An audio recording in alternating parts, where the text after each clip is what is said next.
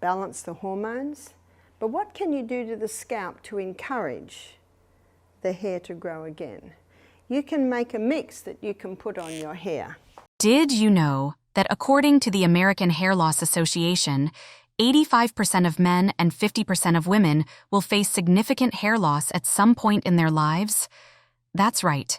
Over half of the people you know might be quietly wrestling with this silent fear, wondering when it will strike them. And if you're thinking about getting a hair transplant, be ready to face the shocking reality of spending anywhere from $6,000 to $12,000, an amount that many find themselves unprepared for, as if the loss itself wasn't enough of a burden. But don't get disappointed. In this video, Barbara O'Neill, a health and wellness expert who has made a name for herself by revealing the most straightforward solutions to life's most complex health issues, will reveal how you can fight back against hair loss. Her low-cost remedies could hold the key to restoring your hair quickly, without the hefty price tag or the worry of when it might disappear again. What can we do for hair loss? How can we grow new hair? Well, first of all, we have to put the detective hat on and find out why there is hair loss. So what would be some of the most common causes of hair loss? Well, one friend of mine, she always dyed her hair. She was showing grey hair from a very early age, and so from about the age of 30, she began to dye her hair. Now you can get a hair dye made of henna, and henna is a plant that can dye your hair, and that is not toxic. But my friend did not use that one. She used a chemical hair dye, and little by little it was killing off her follicles where the hair grows. So it can be chemicals on the hair. You might think, it's just hair dye, what's so bad about that? But there's a darker side to this story that Barbara knows all too well. Before you reach for that innocent-looking box of hair dye, let me tell you what's happening. It's not just about adding a splash of color. These dyes are packed with powerful chemicals: ammonia, peroxide, and paraphenylenediamine, PPD. These aren't just harmless ingredients. They don't simply coat your hair. Instead, they dig deep, penetrating through the outer layers and altering the very core of each strand. And once these chemicals are inside, who knows what they could be doing?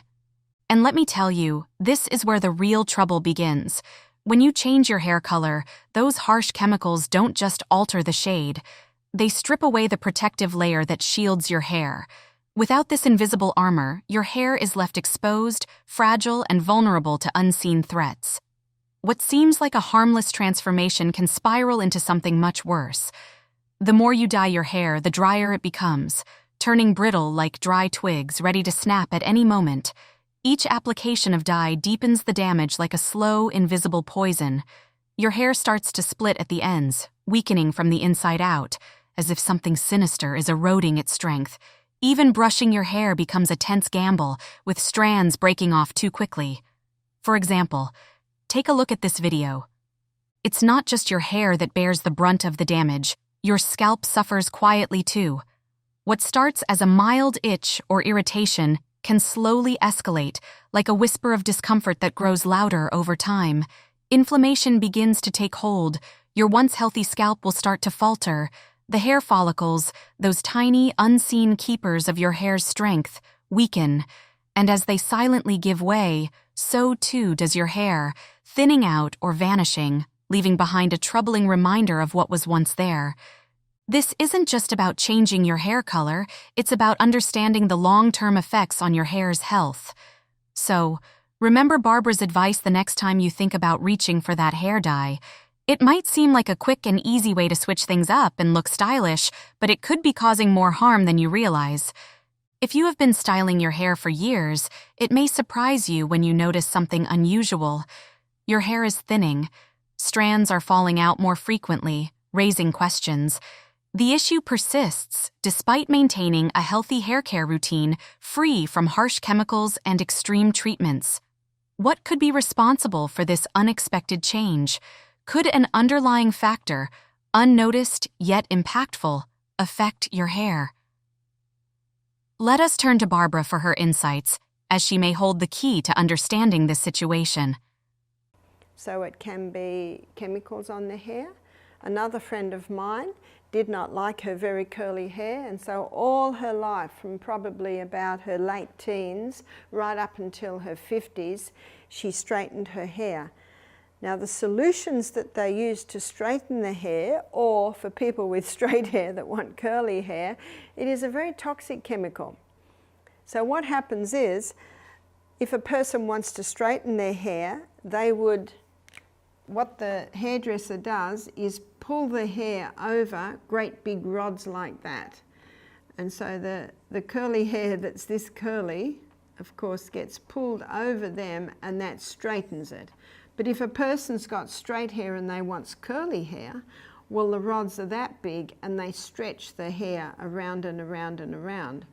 So whether it's to straighten the hair or whether it's to curl the hair, they put this toxic solution on. It's a strong chemical, and what it does is it breaks all the little joins in the hair, because hair has all these little joins like this. So what it does is it breaks the joins, and then it's molded, of course, around either there for the curl or there for the straight. And then when all of those little bonds are broken and it's been stretched into a certain shape, they rinse off that chemical, and then they put another chemical on to set it. So to set the bonds together, and then that sets the hair structure as straight or as curly. So basically that's how the hair is permed. When I first left school at the age of 16, I was a hairdresser for about 4 years, and we used to do a lot of perms. And that's how they perm hair, whether it be straight or whether it be curly. But when those chemicals are constantly going on the hair, little by little, they kill the hair follicles. Barbara pointed out that the desire for perfect hair can be strong, but the risks are real. Specific treatments can harm your hair follicles, causing long-term damage. Before making any significant changes to your hair, take a moment to think it over. Consider the potential risks carefully. Remember Barbara's warning and ask yourself, is it worth it? Often the answer is no. Chemicals are constantly going on the hair. Little by little, they kill the hair follicles. I have also seen in some areas where people braid their hair really, really tightly. You'll often see that they've got hair loss around here, where you've got that weight. You've got that constant weight on the hair, which can really just keep pulling the hair out, and then the follicles are damaged. So no matter how it happens, we must stop what is causing the damage. That's the first one. If you don't turn the tap off, you're still mopping up in the other corner. Imagine your hair is a composition, with each strand playing a particular role. What happens when you put too much stress on one part of that structure, like over-tightening a screw? Everything may seem fine initially, but the constant pressure can weaken the structure over time, leading to damage. Similarly, too much stress on the scalp can weaken the roots, causing strands to fall out. Although thick hairstyles can be appealing, they can also be hard on your hair. Maintain your hair well, and it will stay strong and healthy. The following probable reason for hair loss could be hormonal imbalance. Is there even a thing like that which can cause hair loss? Yes, hormonal imbalance can directly or indirectly affect the health of your hair. Let's look at what Barbara has to say about hormonal imbalance. That's the first one. If you don't turn the tap off, you're still mopping up in the other corner. Sometimes I see hair loss in a hormonal imbalance. So if it's a hormonal imbalance, then the hormones must be balanced back again. It's actually quite easy. Number one, you've got to turn the tap off. Eliminate everything that could be causing this. Eliminate the pill. Well, how are we going to stop having babies cropping up everywhere? Well, there are natural methods of birth control. Eliminate the meat. If a person wants to eat meat and its product, it must be organic. I do not believe at this stage in 2012 on planet Earth that there's an option. It's just too dangerous today because of what is happening to the meat, what's being given to the meat, what they're being fed, how they're killed, the whole lot. Not only that, how it's stored. There was a 60-minute show a couple of years ago showing green meat and showing you pour this chemical on, it fizzes up and it goes red, and then a little bit scary, isn't it? Eliminate the plastic. I think it's impossible to eliminate plastic. Such handy stuff. But just become aware of your safer plastic, your plastics that doesn't have the nonylphenols in them. The harder plastic usually doesn't have the nonylphenols in it. You've got to read your labels, go to glass, even go to the second-hand shop. They've always got a huge box of big glass jars right up the back. You can also get Pyrex containers with Tupperware lids. The problem is when the plastic's heated. So if you've got a hot leftover stew in your little Pyrex, put a little china plate on top till it cools, and then maybe put your plastic lid on top. You can pay 10 cents in Target and get a starch plastic. Barbara has an intriguing theory. Your small daily choices might be hiding secrets about your health. Think about using toxic plastics, skipping meals, or taking birth control pills, which could be quietly affecting your hair. Birth control pills, for example, adjust your hormone levels, raising estrogen and progesterone to prevent pregnancy. But this shift can also disturb other hormones, like androgens. When this happens, your hair follicles might become unusually sensitive, leading to a condition called androgenic alopecia, where your hair starts to thin and fall out. Non-organic meats are often pumped with growth hormones, antibiotics, and chemicals to speed up animal growth. When we eat these meats, those same hormones and chemicals sneak into our bodies, throwing our natural hormone balance off track. And then there are plastics. Those convenient containers might be hiding something dangerous. Some plastics release chemicals like BPA and phthalates into our food and drinks. These chemicals can mess with our hormones, mimicking or blocking them and leading to imbalances. This affects our overall health and can weaken hair follicles over time, making them more prone to damage and hair loss. So what can you do to bring it back again? There's one more that I didn't mention, and that's anemia. If a person is anemic, it can cause hair loss. So what's anemic? Anemic means very low iron in the blood. And anemia can be caused because of heavy blood loss at period time. A lot of women suffer from that, and that can cause anemia. And the anemia can cause the hair loss.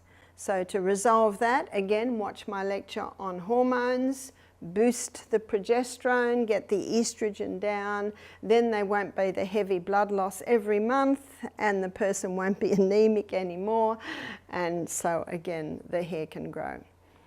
Another cause of anemia can be low hydrochloric acid, because iron is bound up in food, and it needs acid to liberate it from food.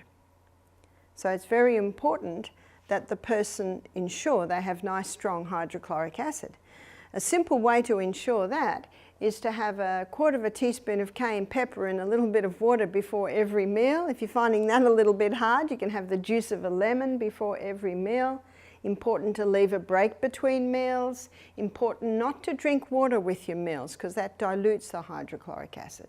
Also important to have a very happy, relaxed environment at the meal. Barbara is right. Iron is essential to the health of your hair, and it's like a lifeline that keeps everything running smoothly. If your body does not have enough iron, such as anemia, it can damage the health of your hair. Without enough iron, your hair will not get the nutrients it needs to grow strong and shiny, resulting in brittle hair. Therefore, balancing iron levels is essential to support the overall health of your hair. So your question is, what causes anemia? It happens when you do not consume adequate iron from your diet, or your body can't take it well. When insufficient iron is received, your blood does not transport oxygen well, and your hair follicles will starve for oxygen, leading to, yep, you guessed it, hair loss.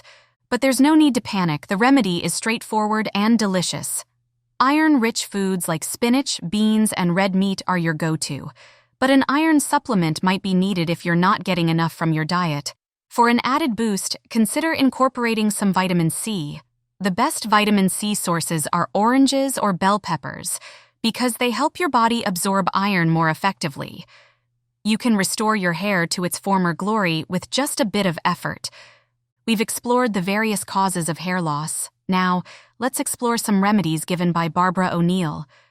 A simple way to ensure that is to have 1/4 teaspoon of cayenne pepper in a little bit of water before every meal. If you're finding that a little bit hard, you can have the juice of a lemon before every meal. Important to leave a break between meals. Important not to drink water with your meals because that dilutes the hydrochloric acid. Also important to have a very happy, relaxed environment at the meal table.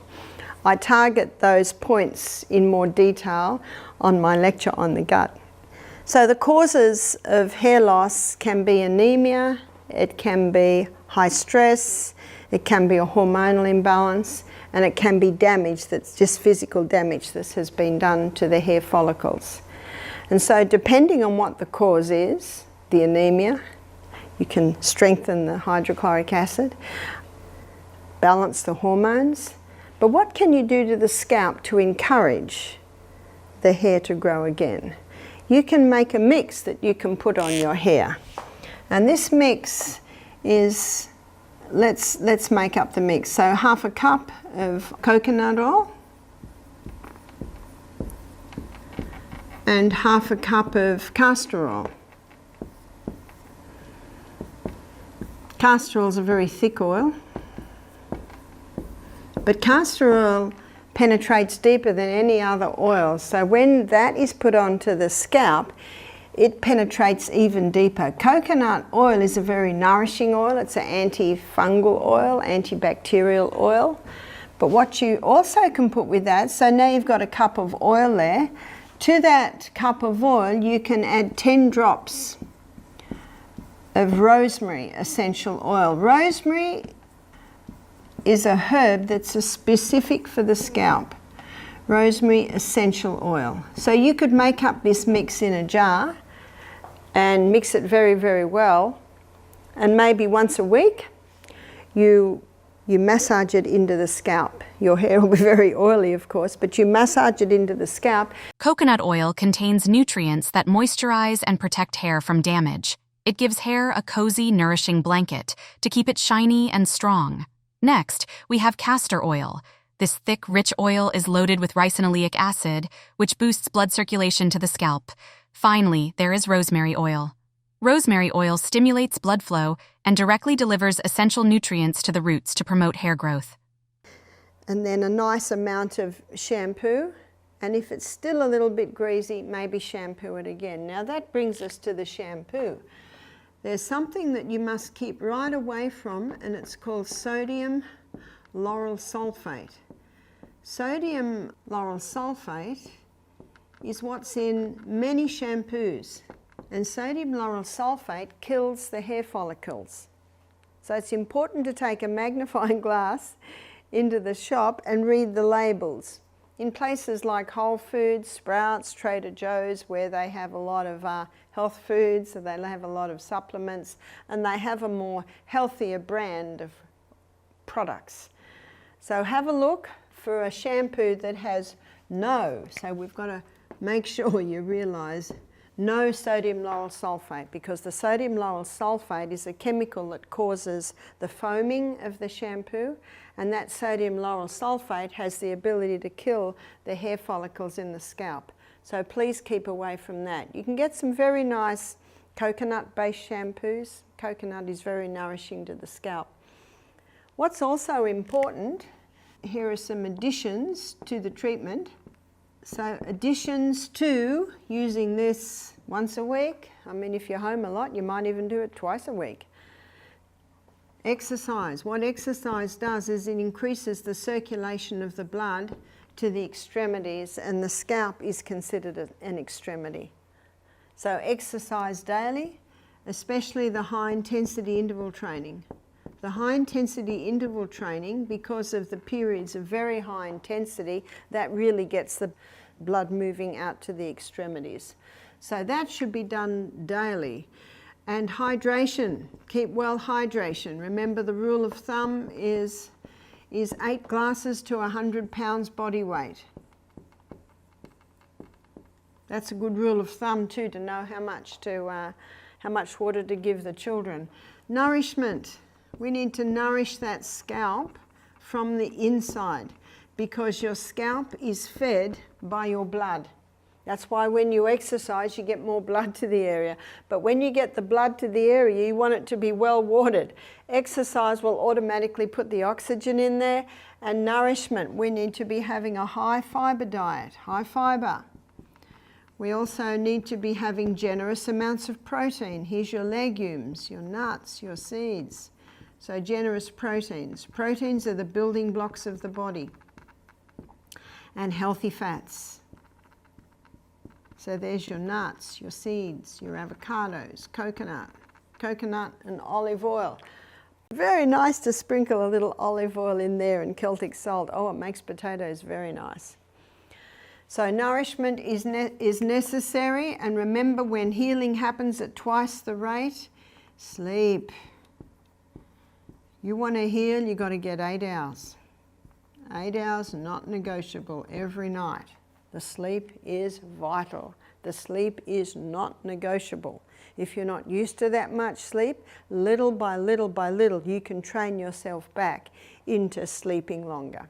Rome wasn't built in a day, but little by little by little, as you take those steps that are conducive to good sleep, breakfast like a king, lunch like a queen, light or no evening meal, going to bed early, soft lights, soft music, fresh air coming in, nice clean natural fibre sheets and pillows, all of this is conducive to a good night's sleep.